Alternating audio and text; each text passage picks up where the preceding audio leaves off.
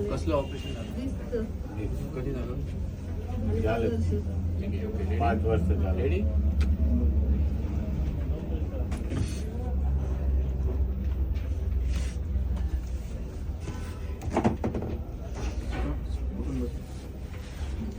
वरती करा थोडंसं. पुढं इथे ना? हो. इथून हे जास्त. हे सगळं काय? हो. ताप आहे. उभे राहा आता. हा, उभे राहा. पुढे दुखते सांगा मला आता. आले तेव्हा काय त्रास होता ना, आता काय ते सांगा.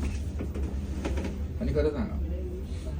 इकडे इकडे इकडे माझ्या बघा आता काय दुखतंय ते सांगा. नाही आधी आणि मला एक सांगा, हे किती दिवसापासून होतं?